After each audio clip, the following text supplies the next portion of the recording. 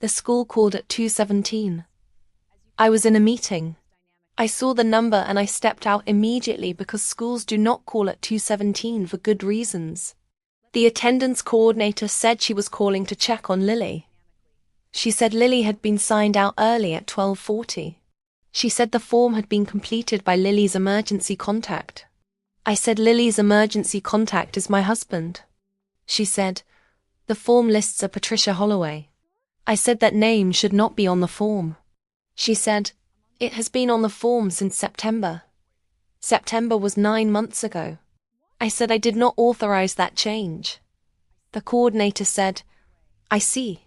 She said, do you know where Lily is right now? I said, no. I said, call me back in 1 minute. I hung up. I called my husband Mark. He answered in 2 rings. I said, did you add your mother to Lily's school emergency contact form? He said, what?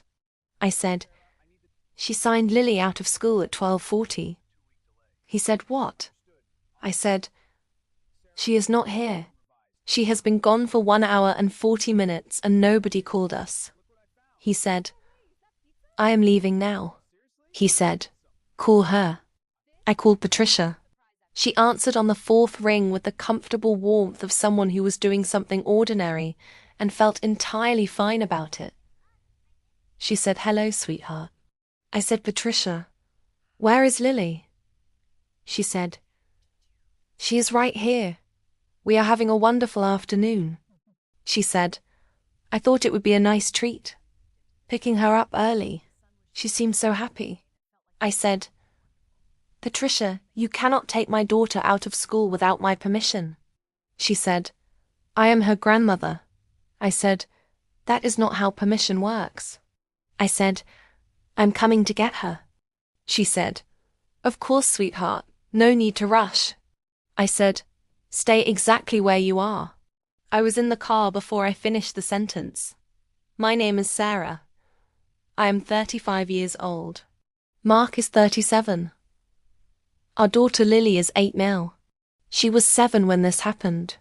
This is the story of what Patricia did on a Tuesday in March, and what Lily did that none of us knew about for 48 hours.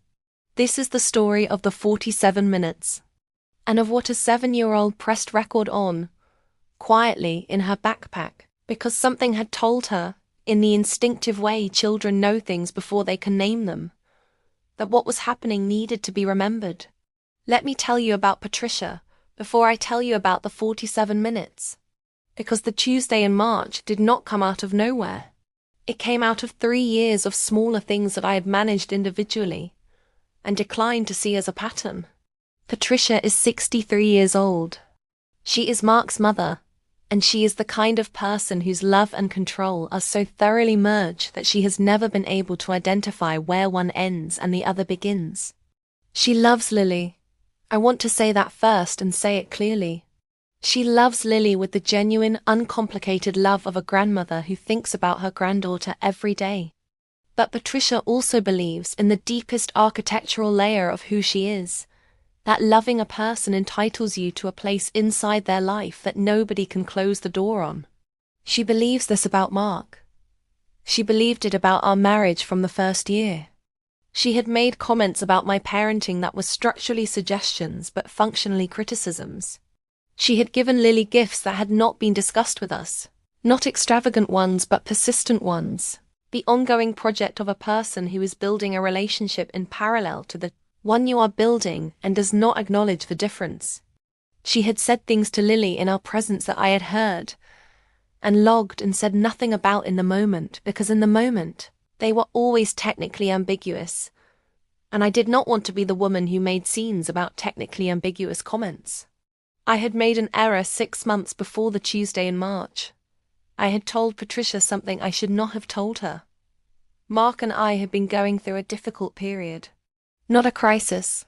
A passage. The kind every marriage has where the 2 people inside it are temporarily misaligned and working to realign. I had been tired one evening at a family dinner, and Patricia had been warm and attentive, and I had, in a moment of lowered guard, said that Mark and I had been finding things hard lately. I had said, "We are working on it." I had said, "We will be fine." She had listened and nodded, and said she was sure it would all work out. She had seemed like a mother. She had seemed like a grandmother. She had seemed safe.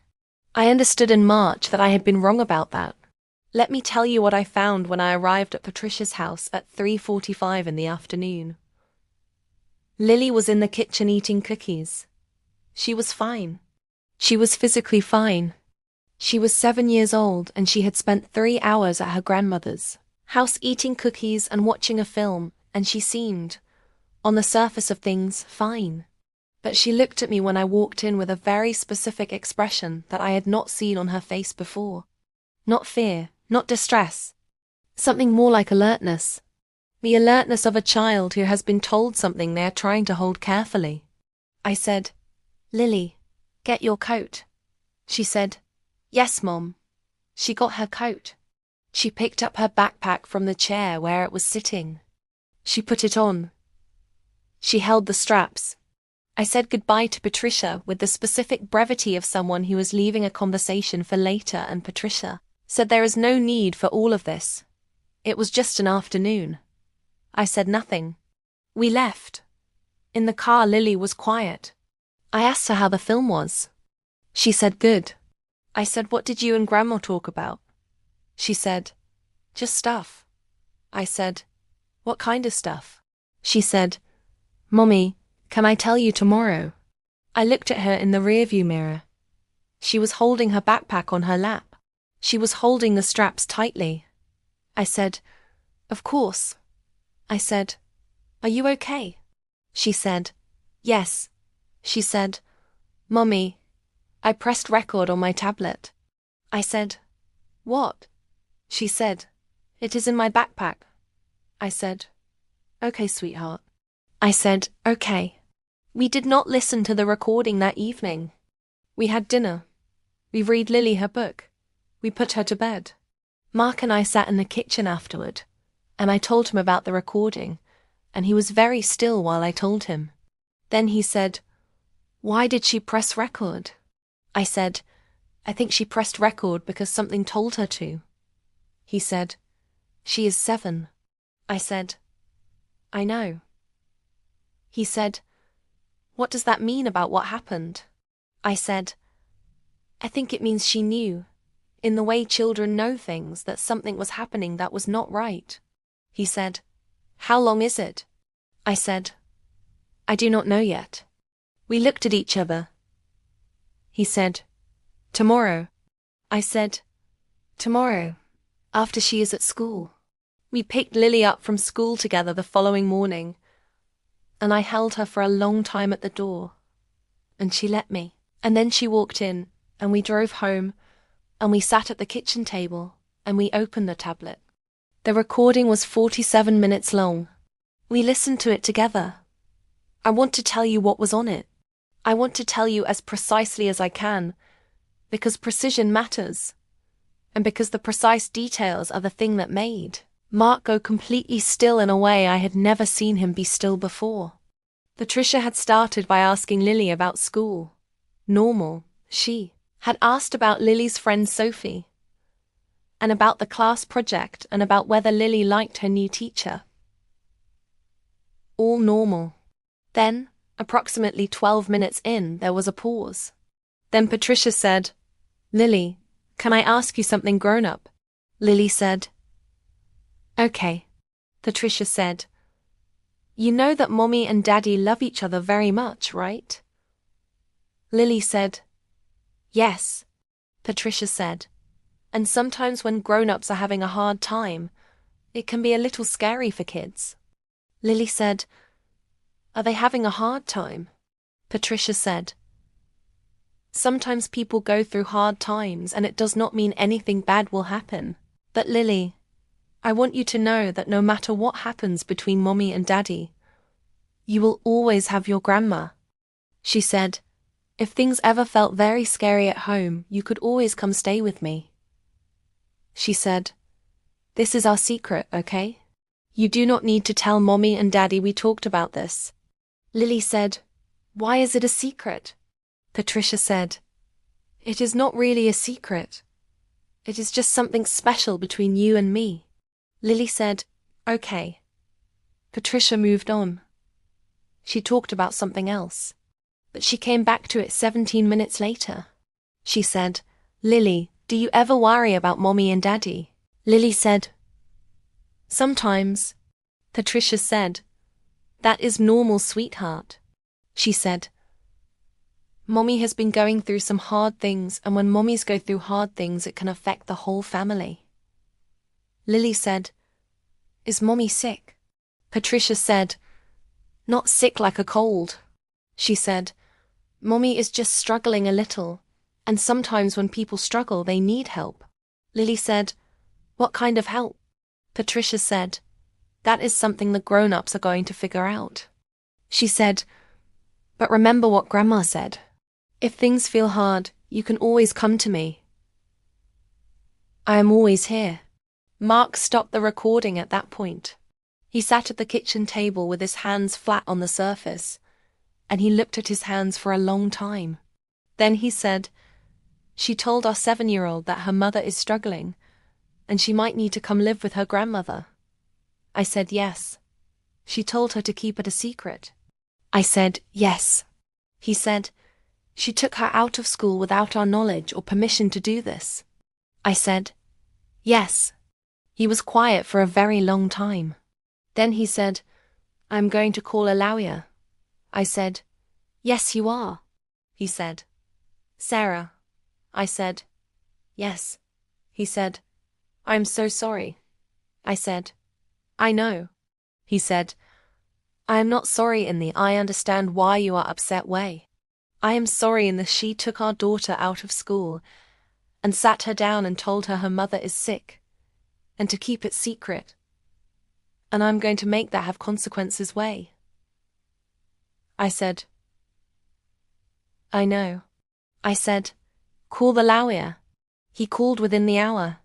The first lawyer Mark called referred him immediately to a family law specialist named Ms. Rivera, who had, she told us at our first meeting, spent 14 years on cases involving parental alienation and child psychological welfare. She asked us to play the recording. We played it from the beginning. She listened without interrupting. When it finished, she said, "I want you to understand the full dimensions of what you have here." She said, "The unauthorized school pickup is a legal matter. Your emergency contact was altered without your consent, which the school has confirmed. That is a separate matter to address with the school, and potentially with the authorities." She said, "The content of this recording is a separate and more significant matter." She said, "What Patricia did in that room with your daughter is a recognized behavior in child psychology. It has a name. It is called triangulation." She said, "She took a 7-year-old girl, isolated her from her parents, told her her family was in danger, offered herself as the alternative safe harbor, and instructed the child to keep it secret." She said, "The instruction to keep it secret is the most significant element from a psychological welfare standpoint because it placed a burden of concealment on a child who did not have the capacity to manage it." She said, "The fact that Lily pressed record tells you that she knew something was wrong. 7-year-olds do not press record on their tablets because the afternoon felt fine." I sat with that for a moment. I thought about Lily in the car holding her backpack straps. "Mommy, I pressed record on my tablet." The instinct of a child who does not have the words for something but understands that evidence matters. Ms. Rivera said, "What do you want as an outcome?" Mark said, "I want her to never have unsupervised access to Lily again. I want a formal record of what she did. And I want the school to understand exactly how the emergency contact was changed." Ms. Rivera said, "Those are achievable." She said, "I am also going to advise you to have Lily seen by a child therapist as soon as possible. Not because she is damaged. Because she has been carrying something a 7-year-old should not carry, and a therapist can help her put it down safely." We had Lily with a therapist named Dr. Okonkwo within the week. Dr. Okonkwo met with Lily twice before she met with us. After the second session, she said, Lily is resilient and she is processing this in a healthy way. She said, she told me about pressing record. She said she pressed it because Grandma was saying things that felt like they were supposed to be secrets, and she wanted to show her mom. Dr. Okonkwo paused. She said, Sarah, your daughter wanted to show you because she trusts you. That trust is the most important thing in this situation, and it is completely intact. I did not cry in Dr. Okonkwo's office. I waited until I was in the car. Then I cried for approximately 10 minutes. Then I drove home. The formal letter went to Patricia through Ms. Rivera, 2 weeks after the recording. It outlined the unauthorized school pickup, the emergency contact alteration, and the content of the recorded conversation. It stated that Sarah and Mark were withdrawing all unsupervised access to Lily, pending a formal agreement about the terms under which contact could resume, if it resumed. It stated that any attempt to contact Lily directly, at school, at home, or through third parties, would be addressed through the courts. Patricia called Mark immediately. She was crying. She said she had not meant any harm. She said she had only been trying to help. She said Lily was her granddaughter, and she had a right to spend time with her. Mark said, You took her from school without telling us and told her that her family was falling apart, and asked her to keep it a secret. She said, I did not say it like that. He said, We have 47 minutes of you saying it exactly like that. She said nothing for a long moment. Then she said, Are you recording this call? He said, Yes. He hung up. Patricia retained a lawyer. Her lawyer contacted Ms. Rivera and said Patricia maintained that the visit had been an ordinary grandmother-grandchild afternoon, and that the conversation had been mischaracterized by a partial recording taken out of context. Ms. Rivera said she had the full 47 minutes and was prepared to present all of it in court if necessary. Patricia's lawyer came back and said his client was willing to enter into a supervised visitation agreement. Ms. Rivera said that was the starting point, not the end point. She said, Your client altered a school emergency contact form without parental consent, removed a child from school during instructional hours, and conducted a conversation with that child designed to create a dependency relationship and undermine the child's confidence in her parents. She said, Supervised visitation is the minimum. She said, We also require a formal written acknowledgement of what happened and a commitment to attend family counseling as a condition of any ongoing access. Patricia's lawyer said his client did not accept the characterization of her actions. Ms. Rivera said, The recording will speak for itself in front of any judge. She said, Your client should decide which version of this she wants on the court record. There was a 2-week pause. Then Patricia's lawyer came back and said his client was prepared to sign a formal agreement. The agreement required supervised visits only. A minimum of one other adult present at all times. No discussions with Lily about her parents' relationship. No discussions about living arrangements or alternatives to her home. And no contact with the school about Lily's records or attendance. Patricia signed it. Mark drove to his parents' house the day after the agreement was signed. He went alone. He sat with his father and his mother. And he said something that I know only because he told me that evening when he came home. He said, Mom, I love you. He said, I need you to understand that what you did to Lily is not something I can manage the way I have managed other things. He said, Lily is 7 years old and she pressed record on her tablet because something told her that she needed to protect herself from what you were saying. He said, a 7-year-old should not need to protect herself from her grandmother. Patricia cried. Mark said, I know.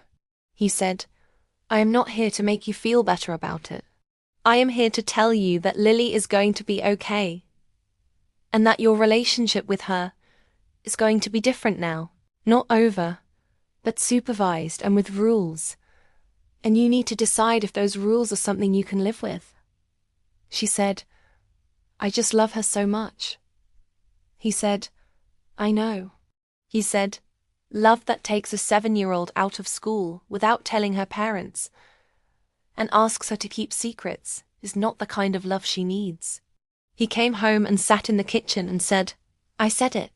I said all of it. I said, I know. I said, how do you feel? He said, I feel like I have been building up to saying that for years, and now that it is said, I feel very quiet. I said, that is what it feels like when a thing is actually finished. He said, yes. He took my hand across the table. We sat in the kitchen with our hands together, and the quiet of the house around us, and Lily asleep down the hall. And I thought about 47 minutes, and a backpack, and a 7-year-old's instinct about what needed to be remembered. Here is what I want to tell you about the school. Because the school is not just a detail in this story.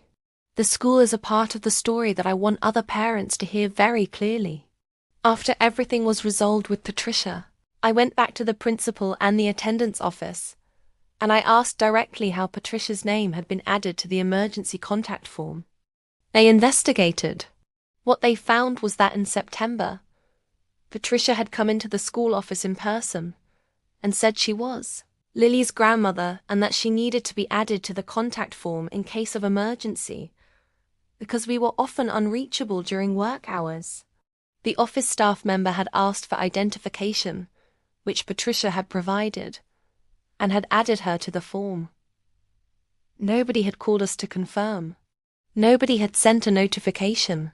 The form had been updated by a third party without parental notification or consent, and it had remained that way for 9 months without us knowing. The principal was, in her own words, deeply concerned by this.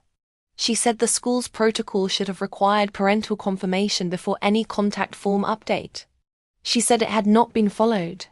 She said she was implementing an immediate requirement for written parental authorization for any changes to emergency contact information, and that this change would be permanent. I said, I am glad. I said, I need you to understand that this gap in your protocol is what allowed my daughter to be taken from school without my knowledge. She said, I understand that. She said, I am sorry. I said, I know. I said, please make sure this does not happen to another family. She said it would not. I do not know if it will not. I know that the policy was changed and that Lily's file now has a note in red that says no changes to contact information without written parental authorization, verified by a phone call to both parents. I know that because I asked the coordinator to show it to me. I read the note. Then I took a photo of it on my phone. I filed the photo in the folder on my phone where I keep the things that matter. The folder is called Documentation. Lily named it. She said, Mommy, what is your folder called? I said, Documentation. She said, what does that mean? I said, it means evidence. It means the things you keep so you can remember what happened. She said, like when I pressed record. I said, exactly like when you pressed record. She said, I knew I should. How did you know? She said, because it felt like when something is important and you have to remember it, but your brain might forget it, so you write it down or you press record. I said, that is exactly right. She said, I am good at that. I said, yes, sweetheart. You are very good at that. Lily is 8 years old now. She has been seeing Dr. Okonkwo for 14 months.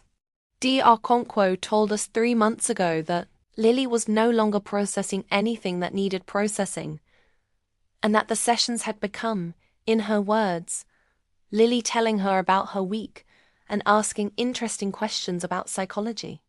She said Lily had asked her what the word triangulation meant. She said she had explained it in age-appropriate terms. She said Lily had thought about it for a moment and then said, so Grandma was trying to make me her person instead of Mommy and Daddy's person. Dr. Okonkwo said, that is a very accurate way to describe it. Lily said, I did not want to be her person. D. Okonkwo had shared this with us with the specific expression of someone who has encountered a child with unusual clarity and found it both remarkable and right. Lily sees Patricia on the supervised schedule. The visits are at our house, with one of us present. They are limited to 2 hours. Patricia does not talk about our marriage, or Lily's future living arrangements, or anything that approaches those territories. And if she does, the visit ends. She has not done it once. She is warm and present, and she brings Lily the small gifts she has always brought. And she helps with the arts and crafts projects that Lily loves. And she is, within the frame we have built, a grandmother who loves her granddaughter and who has learned, finally, where the walls are. I watch the visits. I do not hover. I sit nearby with my own work or book and I watch from the distance that is close enough. I note when things are right. I note when they are not. Nothing has been wrong since the agreement. I do not relax. But I am not afraid anymore. That is not the same as relaxing. It is something more durable. Let me tell you about the folder on Lily's tablet. She has a folder. She created it herself 3 months after the recording. The folder is not called documentation. The folder is called Remember This. It has 41 items in it. I know this because she showed it to me last month. The items are a photograph of her best friend Sophie asleep at a sleepover with her mouth open, a video of our cat falling off the kitchen counter, and then acting as if it had planned the whole thing, a voice memo of Mark singing completely incorrectly to a song on the radio, a photograph of a rainbow that appeared outside her classroom window in November, a recording of the 3 of us laughing at dinner 2 months ago, the kind of laughing that happens when something is not that funny, but becomes funny because everyone starts and then nobody can stop, the laughing that takes over the whole body and does not care about the reason it started. She showed me the folder and said, "I keep the important things." I said, "I see that." She said, "Some important things are sad and some are happy, and I keep both." I said, "That is a very wise system." She said, "Dr. Okonkwo says it is called emotional documentation." I said, "Dr. Okonkwo is right." She nodded. She closed the folder. She went back to her arts and crafts. I sat there for a moment with the image of the folder still in my mind. 41 items. 47 minutes of something that needed to be stopped and a folder of 41 things that were worth keeping. The ratio is right. The ratio has always been right. She pressed record because she needed to. She presses record because she loves to. That is who she is. That is who she has always been. We just did not know it yet. Here is my question for you. If you discovered that your mother-in-law had taken your child out of school without permission, and your child had secretly recorded the whole conversation, what would you have done first? Called the police? Called a lawyer? Or driven straight to her house? Ntaytaesh or nah? Tell me in the comments. I read every single one. I always do. I want to give you the timeline because it shows you how this worked from the inside. Tuesday in March 2017, school calls. 3:45. I arrive at Patricia's house. Lily in the kitchen, cookies, backpack straps. In the car. Mummy, I pressed record on my tablet. Wednesday, Lily at school. Mark and I at the kitchen table. 47 minutes. We listened to all of it. Wednesday afternoon. Mark calls Ms. Rivera. Thursday morning. Appointment with Ms. Rivera. Friday. Lily's first appointment with Dr. Okonkwo. Week 2. Formal letter to Patricia. Week 3. Patricia retains a lawyer. Week 4. Ms. Rivera and Patricia's lawyer begin negotiations. Week 6. Patricia calls Mark. He tells her about the 47 minutes. He records the call. Week 8. Agreement signed. Supervised visits, rules, conditions, signature. Week 10. Mark visits Patricia with his parents. He says all of it out loud. Month 3. School protocol changed. Written parental authorization required for contact form updates. Month 5. Lily creates the Remember This folder. Month 14. Dr. Okonkwo says Lily is asking her about psychology instead of processing. From 217 on a Tuesday to a folder of 41 things worth keeping. That is the shape of it. That is what it looks like from the outside. From the inside it was messier and slower.